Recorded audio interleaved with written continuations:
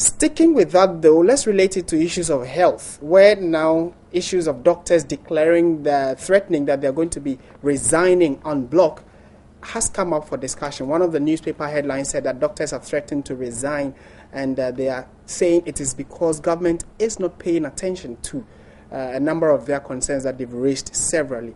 But is that good for the ordinary Ghanaian? Staying with issues of doctors, there has come up an issue called medical negligence. And today, we all know that a number of people go to the hospital only purposely because they want to go and get healed. But a number of times, some people go and lose their lives. Others go and their condition becomes worse.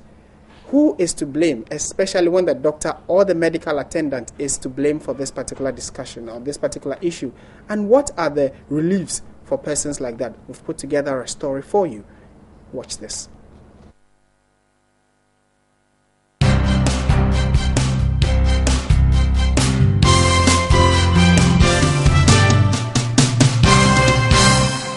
So what actually would be defined as medical negligence?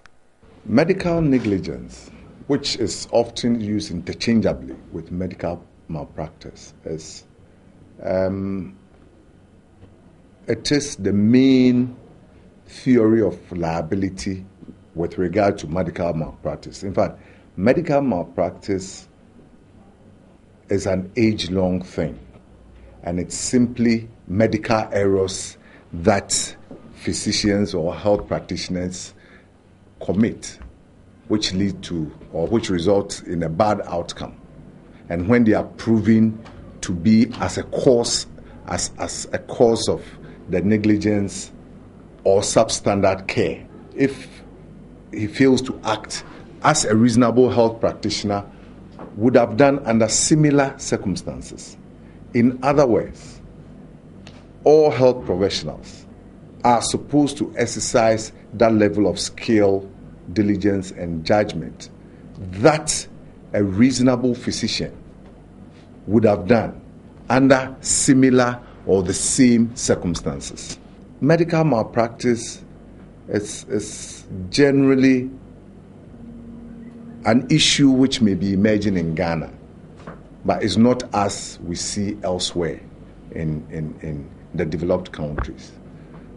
What people fail to see is that doctors or physicians, as they are supposed to be some of the smartest people in society. Of course, rightly so, by their training, their retraining, their dedication to work and all that. But what people fail to realize is that they are humans. And as humans, they are fallible. So such errors may arise, not necessarily as a result of their negligence. But I agree. Fortunately, most of these things may be insignificant, but in a few occasions, they may affect or impair someone's life. Is there any difference between medical malpractice and negligence? The negligence is actually the main theory of liability. If you want to prove, or if medical malpractice suit should be successful, you have to prove that, let's say, the practitioner was negligent. So it's kind of a tool to determine whether there was malpractice or not. But basically, they are used interchangeably. And there's, a thin line, though, between them. Dr. Frank Ankobia of the Kolebu Teaching Hospital took us through some typical examples of medical malpractice and negligence. Example of medical malpractice, for instance, when somebody has a problem with, let's say, the right foot, and is supposed to be amputated. And then it ends up that it is the wrong foot, which is the left one, that is amputated. This one, nobody would even tell you that is, negligence. Another type would be, I'm sorry that I'm using the surgeon, but for instance, if you operate and then you leave an instrument, a foreign object in the abdomen, and you close up, that also constitutes negligence. For instance, if you give wrong medication, if you are supposed to inject somebody with one type of drug and you end up injecting with another type of drug. Obviously, then there is malpractice. If, for instance, you have to set up blood on a patient needs blood, and then you put up the wrong type of blood, and this patient reacts to it and something bad happens, that again will be medical malpractice. Is misdiagnosis considered malpractice? That is one aspect. In fact, if you look in the literature, or if you, in the United States, for instance, misdiagnosis forms about a third of all the lawsuits, all the malpractice suits. Misdiagnosis, failed diagnosis, misdiagnosis, delayed diagnosis. For instance, if someone comes to a hospital, let's say a woman comes to a hospital, the woman is menopausal, is no longer menstruating, and she complains that she's been seeing blood, and the doctor does not go through critical investigations to rule out whether the woman has a cancer or something. And then the woman comes, you give her medication, she goes, she comes back. By the time we realize she has, let's say, cancer of the cervix, stage 3, you have delayed the diagnosis. It would have been seen earlier on, but you kept on not going through, the standard protocols and guidelines to investigate this woman. This is a delayed diagnosis. Let's say somebody has appendix, comes to the hospital with abdominal pain, she's giving medication, goes away, comes back, goes out, and eventually it ruptures and the person dies. This is a complete misdiagnosis. So, in fact, misdiagnosis actually forms about a third of all malpractice suits. Do unexpected or unsuccessful results mean medical malpractice has occurred?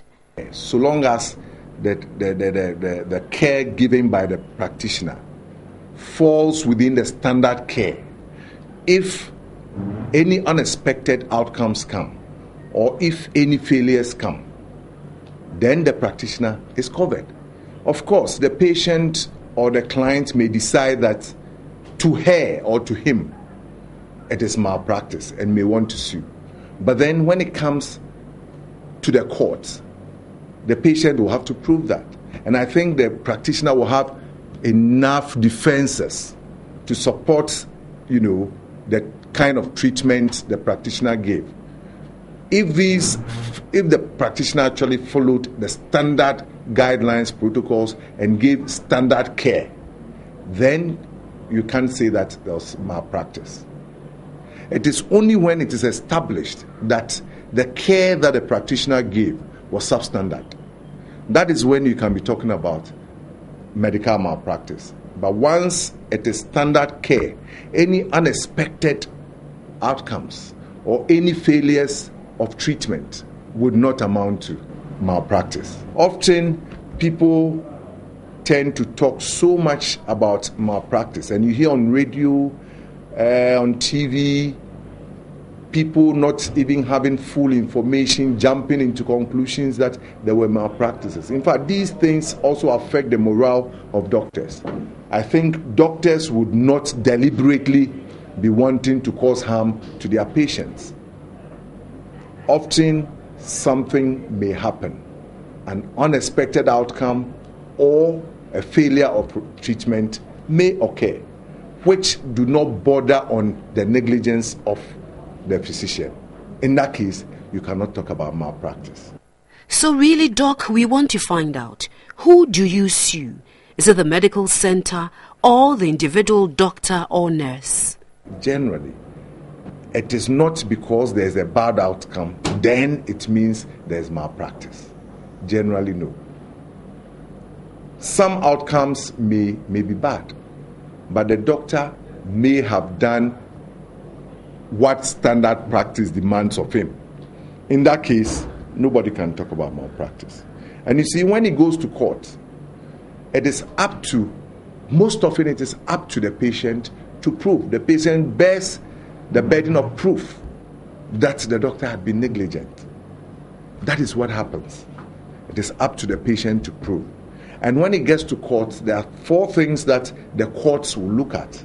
First, did that doctor owe the patient a duty of care? In that case, did the doctor or physician-patient relationship exist? Did the doctor or the healthcare provider breach this duty of care? You must prove that yes, the doctor or the healthcare professional actually breached this duty of care. And then you ask yourself, the third point, did this breach lead to an injury to the patient? Again, there may have been other things which contributed to the injury sustained by the patient, and not necessarily what the breach that the doctor occasioned from the doctor's action. Then, did the patient suffer any damages? For instance, has the patient suffered from pain, other sufferings? Has the patient lost wages as a result of not going to work and all that and all that? That would be the fourth thing. Generally, when it goes to court, in majority of the cases, the burden of proof is the patient who bears the burden of proof. Often it's the patient who will actually be the plaintiff. And the patient bears the burden of proof that the doctor had been negligent. And in doing so, the plaintiff may have to bring in witnesses, expect witnesses. You are trying to determine whether the doctor's practice was the standard of care. So you need to bring other experts who would know the standard of care. That is where at times there are problems.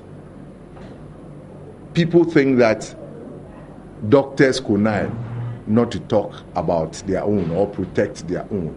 And that is what is called the conspiracy of silence. If, for instance, you think the malpractice occurred in, let's say, Komfanochi, then you would not look up to a specialist, for instance, in my department, to come and tell you about the standard practice. You understand? You could bring somebody. It's not something that occurs. In fact, malpractice suits are not common in Ghana. So we don't have enough basis to talk about this conspiracy of silence. But if you are in doubt, you can bring an expert from, let's say, Kolebu Tamale to come and testify. For instance, there was a case that happened in 1975 in Komfanochi, Asante Kremo versus AG, where a young lady had an ectopic, was operated, and then they set up an IV line, the hand got swollen and necrotic, and she ended up with an amputation of the arm. The court said, look, this one, the matter speaks for itself. You look at it and you say, this one, the matter speaks for itself. And for that, you do not need any expert. The court will just look at it and say, yes, the matter speaks for itself.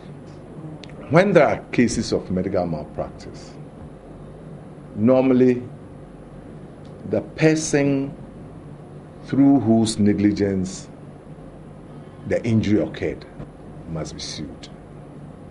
So, for instance, you can sue the doctor, you can sue the nurse, you can sue the pharmacist.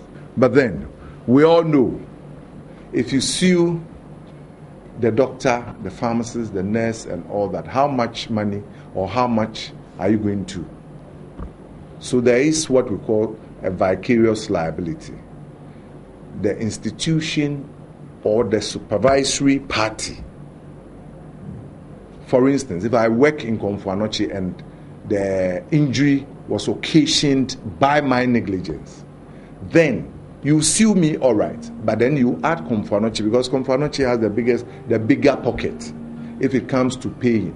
I am an agent for Komfanochi, and so Komfanochi should bear the brunt of my actions, so that you could sue Komfanochi, sue the doctor, and for cases where the institution tends to be a government establishment, you add the Attorney General's department, because the AG is supposed to be the chief legal officer of the state, so that if it comes to payment, eventually then it has to go to the state. How easy is it to sue a paramedic? People are hesitant in suing One, because they are ignorant. They don't know that you could even do that. Those who know do not know where to go. And again, our culture, the culture of, oh, give it to God. It has already happened. And all that. You understand? All these things make it difficult for people to actually go ahead and sue. If you talk to doctors, yes, doctors are also a bit hesitant about, or they are a bit demoralized about suing because they have good intentions of helping someone with illness, and something happens, and then, yeah. But if you talk to lawyers, they also tell you, they will come from another angle. So that's quite an extensive report on what medical negligence is.